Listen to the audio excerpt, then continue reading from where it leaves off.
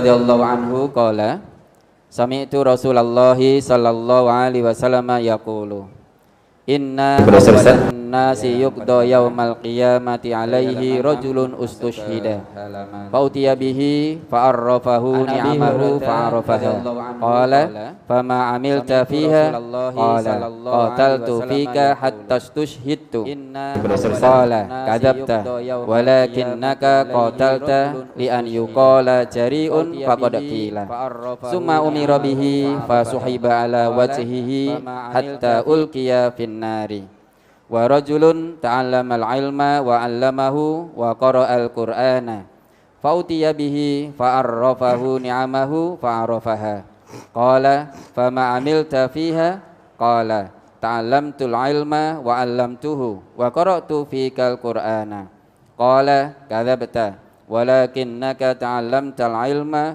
liyuqala 'alimun wa qara'tal qur'ana liyuqala huwa qari'un faqad qila summa umira bihi fa suhiba ala wajhihi hatta ulqiya fin nari wa rajulun wasa'allahu alaihi wa atahu min asnafil mali kullihi fa utiya bihi fa arrafahu ni'amahu fa arafaha qala fama amilta fiha qala ma taraktu min sabilin tuhibbu an yunfaqa fiha illa anfaqtu fiha laka qala kadzabta walakinnaka fa'alta liuqala huwa jawadun faqad qila summa umira bihi fa suhiba ala wajhihi summa ulqiya fin nari rawahu Muslim.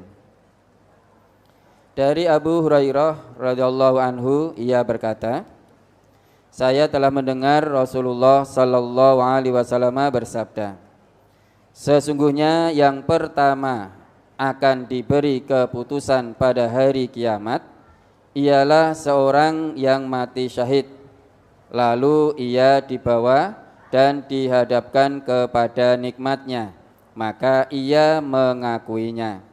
Allah berfirman, apakah yang kamu lakukan padanya? Dia menjawab, saya telah berjuang untukmu hingga mati syahid.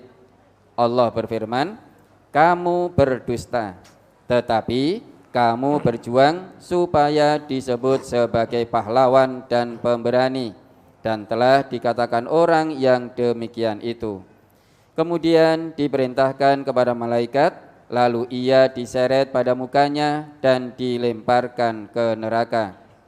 Kedua, seorang yang belajar ilmu, mengajarkannya dan membaca Al-Quran, lalu dihadapkan kepada nikmatnya, maka dia mengakuinya.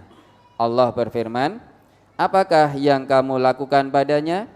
Dia menjawab, saya mempelajari ilmu dan mengajarkannya, serta membaca Al-Quran hanya untukmu.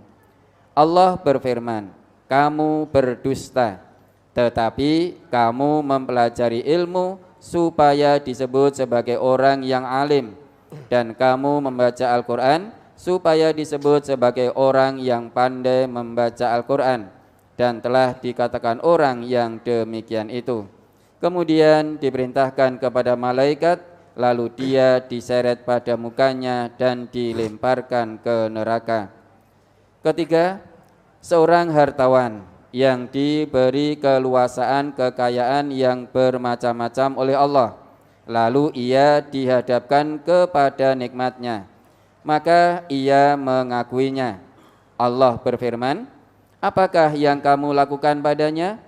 Dia menjawab, tidak satu jalan pun yang kau sukai agar jalan itu diberi harta, melainkan sudah saya beri dengan harta itu semata-mata untukmu. Allah berfirman, kamu berdusta. Kamu berbuat yang demikian itu agar dikatakan sebagai orang yang dermawan, dan telah dikatakan orang yang demikian itu. Kemudian diperintahkan kepada malaikat, lalu dia diseret pada mukanya dan dilemparkan ke neraka. Hadis riwayat Muslim, juz 3 halaman 1514 nomor 152. Pertanyaan, ketika saya membaca berulang-ulang hadis tersebut, saya menangis, takut, khawatir, takut khawatir jika saya masuk ke kategori kedua dan ketiga, yakni belajar dan mengajarkan ilmu tetapi masih terkontaminasi hal-hal seperti merasa lebih pandai, ada kebanggaan diri saat orang yang kita ajarkan menyebut diri kita. Bagaimanakah cara untuk bisa menjaga hati saat kita belajar dan mengajar agar tetap ikhlas karena Allah, Ustaz? Ya, jadi memang ya, dalam beribadah kepada Allah, kalau kita tidak hati-hati, ziyadatul ta'ah, ziyadatul ilmi, jadi bertambahnya ketaatan kepada Allah, bertambahnya ilmu, itu kalau tidak dilandasi dengan hati yang bening, maka sangat berbahaya. Bisa menjadi sombong, bisa menimbulkan penyakit-penyakit hati yang lain. Nah, bagaimana caranya agar hati ini terjaga dari hal-hal yang demikian? Karena memang disadari atau tidak disadari, seringkali kita ini merasa senang jika dipuji orang. Manusia itu suka pujian dari orang lain, dikatakan dermawan seneng, dikatakan pinter seneng, dan lain sebagainya dan lain sebagainya. Untuk bisa menjaga hati, maka bersihkan hati itu dari berbagai macam penyakit hati. Dengan kata lain, berusaha ikhlas kepada Allah. Ikhlas itu apa? Ikhlas itu sebagaimana yang kita tahu dari kata akhlaso. Akhlaso itu ikhlas. Beda dengan khalaso. Khalaso itu khalis, itu murni. Kalau khalaso itu murni.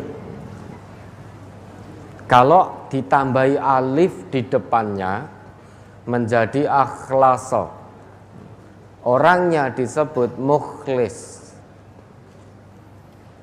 Karena ini mendapatkan tambahan huruf di depannya, yaitu menjadi akhlaso, berarti ada usaha. Kalau tadi khalis itu murni, ini mukhlis berarti berusaha memurnikan. Apa yang dimurnikan? Yaitu hati kita dari penyakit-penyakit hati, sombong, ujub, sum'ah, dan lain sebagainya, dan lain sebagainya. Lah caranya tentu kita mendekat kepada Allah, serahkan semuanya kepada Allah. Karena manusia ini tidak diperintah kecuali hanya untuk menyembah Allah dengan memurnikan agama yang lurus. Jika beramal kemudian ada perasaan hati, ketahuilah perasaan hati yang merasa lebih dari segalanya, lebih dari orang lain, itu adalah bisikan setan, maka jangan diperturutkan. Karena setan itu musuh yang nyata bagi kita orang yang beriman. Karena setan itu musuh yang nyata, semua bisikan setan itu dilawan, jangan diperturutkan. Innasyaitona lakum adu fattakhidhuhu aduwa. Innama yad'u hisbahu liyakunu min ashabis sa'ir. Coba diingat kembali tuh Quran surat Fatir kalau tidak keliru. Ayat 5, 6. 5 dan 6. Surat ke-35.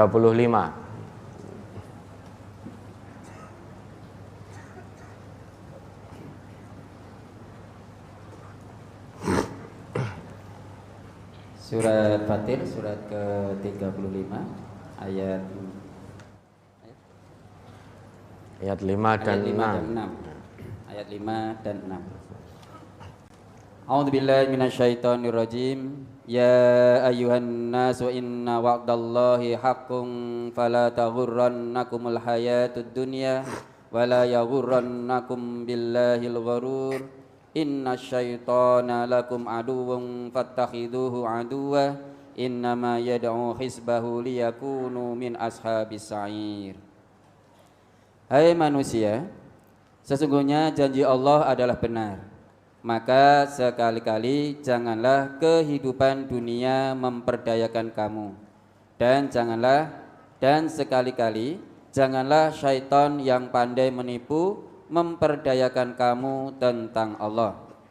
Sesungguhnya syaitan itu adalah musuh bagimu, maka anggaplah ia musuhmu, karena sesungguhnya syaitan itu hanya mengajak golongan karena sesungguhnya syaitan itu hanya mengajak golongannya supaya mereka menjadi penghuni neraka yang menyala-nyala. Ya, ayat 6 itu Allah jelaskan pada kita, inna syaitana lakum adu fattakhidhuhu aduwa. Sesungguhnya setan itu musuh yang nyata. Logika sederhananya, musuh itu harus dikalahkan. Bagaimana cara mengalahkan musuh? Allah berikan jalannya, yaitu fattakhidhuhu aduwa. Maka perlakukan setan juga sebagai musuh. Jangan diperlakukan sebagai teman setia. Kalau musuh itu dijadikan teman setia dalam arti bisikan-bisikan setan terus kita ikuti, maka kita yang akan kalah, tidak mungkin menang. Ya, orang itu terhadap musuh, kalau dia mengambil sebagai teman setia, maka dia akan kalah. Begitu pula bisikan-bisikan setan itu adalah musuh bagi orang yang beriman. Jangan diperturutkan. Maka setiap datang bisikan di hati yang jelek-jelek, sadar dan yakini bahwa itu bisikan setan, harus segera dilawan. Karena kalau tidak dilawan, berbahaya. Karena setan itu mengajak golongannya menuju neraka yang menyala-nyala. Innama yad'u hisbahu min ashabis sa'ir liyakunu min ashabis sa'ir. Intinya setan itu golek konco untuk menjadi penghuni neraka. Ora gelem dhewean, tidak mau sendirian, cari teman sebanyak-banyaknya. Nah, kalau ada bisikan di dalam hati kita, misalkan kita taat beribadah, ada orang yang memuji bahwa kita orang soleh, kita tertib, infak, zakat, sedekah, ada orang memuji kita orang lomo, dermawan. Kalau menurut Nabi, apa yang harus dilakukan kalau ada orang memuji? Sawuri, pasir. Kalau sekarang jenengan nyawuri dijak padu tenan. Bedanya itu, beda dengan generasi muslim awal dulu. Maka dulu pernah ada seseorang itu memuji Khalifah Utsman bin Affan. Anna rajulan ja'ala yamdahu Utsman fa'amidal miqdadu fajasa ala rukbataihi wa kana rajulan dakhman faja'ala yahsu fi wajhihil hasba'a. Ketika Miqdad mendengar ada orang yang memuji Khalifah Utsman, Miqdad lalu datang pada orang itu. Nah, karena Miqdad ini perawakannya tinggi besar, lebih besar dari orang yang memuji tadi, lantas Miqdad duduk berlutut. Nah, jadi duduk di atas lututnya, gendure podo gitu loh. Karena Miqdad itu perawakannya tinggi besar. Kemudian setelah duduk berlutut di hadapan orang yang memuji Khalifah Utsman tadi, apa yang dilakukan Mikdad? Faja'ala yahsu fi wajhihil hasba'a. Kemudian Mikdad menaburkan, nyawurke pasir yang bercampur kerikil, bukan hanya turab namun hasba. Jadi hasba itu pasir bercampur kerikil. Melihat itu, faqala lahu Utsman, Khalifah Utsman berkata kepada Mikdad, "Ma sya'nuka?" Kenapa kamu? Mikdad dengan tenang menjawab bahwasanya inna Rasulullah sallallahu alaihi wasallam qala, sesungguhnya Rasulullah sallallahu alaihi wasallam pernah bersabda, idza raaitumul maddahina fahsu fi wujuhihimut turaba. Jika kamu melihat orang yang suka memuji, maka taburkan debu di wajahnya. Mendengar jawaban Mikdad itu, orang Islam zaman dulu kalau itu sudah dari Nabi, taslim. Orang ngejak padu. Beda dengan zaman sekarang, orang Islam sekarang. Ada yang memuji, disawuri. Bahkan ketika kita memuji, kita disawuri, ya ngejak padu juga. Kenapa kok dilakukan? Dulu Rasulullah bersabda, agar kita menaburkan pasir di muka orang yang suka memuji. Orang hadis-hadisan. Orang sekarang seperti itu. Padahal mengamalkan apa yang menjadi petunjuk Nabi. Tujuannya apa? Biar kita terhindar dari riya, sum'ah dan lain sebagainya. Karena kalau kita perturutkan pujian itu, orang yang hatinya penuh dengan riya, lupa dengan Allah, begitu dipuji biasanya dia berjalan seperti di awang-awang, sirai gede, ya, berjalan seperti ringan ngeleyang begitu. Kalau kita memperturutkan pujian itu dan merasa lebih dari yang lain, ketahuilah, tanpa sadar kita telah punya pola pikir iblis. Ya, iblis itu merasa lebih baik daripada Adam. Maka ketika diperintah oleh Allah untuk sujud kepada Adam, jawabnya langsung seketika, bahwa ana khairum minhu, aku lebih baik darinya. Sehingga sudah terlambat Bapak Ibu kalau kita merasa dan punya perasaan lebih dari orang lain, itu sudah terlambat. Dulu sudah ada iblis yang mendahului. Sudah ada iblis yang mendahului. Iblis itu sudah sombong, merasa lebih dari orang lain. Merasa lebih dari Adam meski diperintah oleh Allah untuk menyembah Adam, tetap tidak mau karena merasa lebih baik.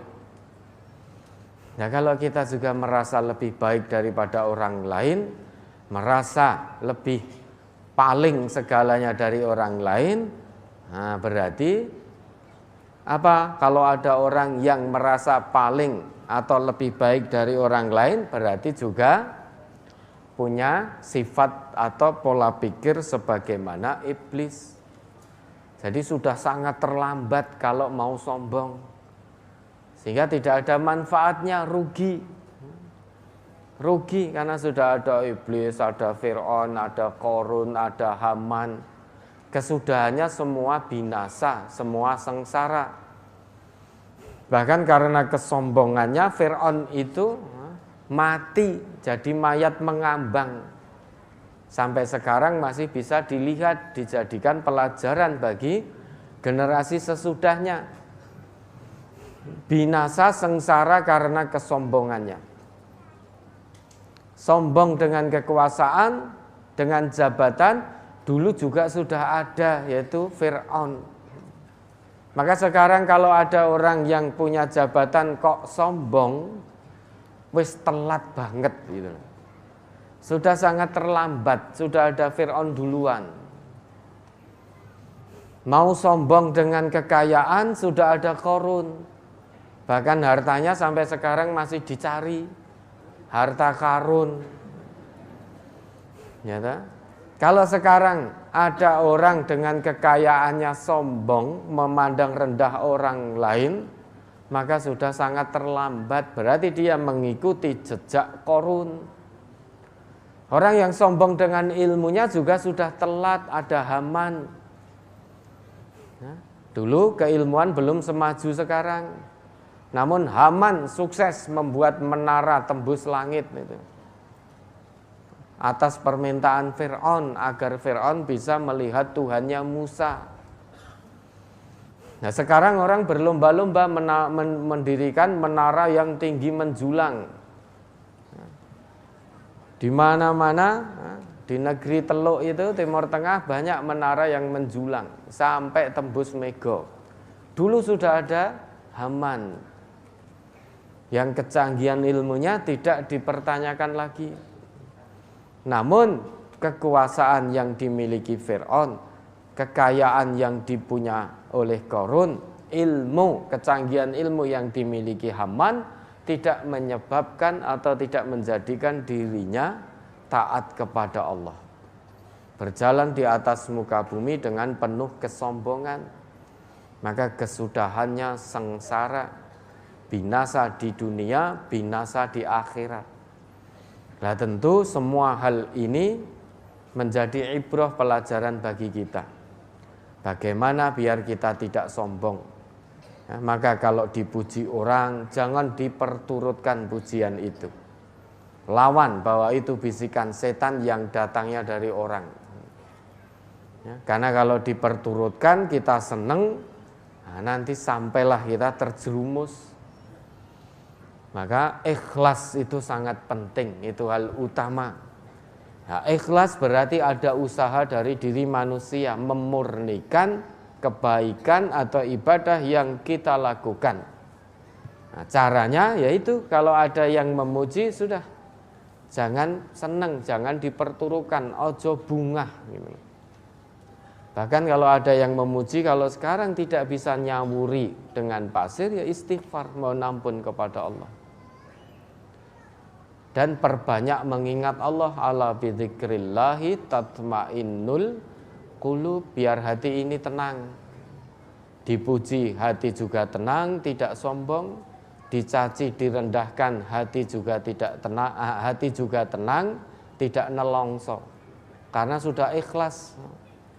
Ikhlas hanya mengharap ridha Allah. Orang kalau sudah ikhlas itu dipuji tidak bangga, tidak sombong, direndahkan, tidak merasa hina, tidak tersakiti. Itu orang yang ikhlas karena Allah. Sehingga apapun kondisi dan situasinya, hatinya tetap tenang. Hatinya tidak gundah, tidak gelisah, tidak sedih, tidak khawatir. Karena tujuannya hanya Allah. Orang kalau sudah tujuannya hanya Allah, maka apa kata manusia ora direken, tidak dipedulikan.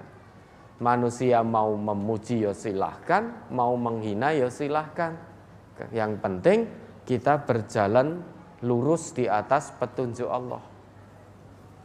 Ya, maka ada usaha untuk ikhlas. Ketika beramal dipuji, jangan senang, jangan senang. Kalau ada hati merasa gembira dipuji, segera mohon ampun kepada Allah.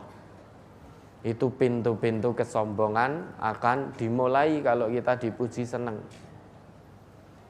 Oke, ada lagi.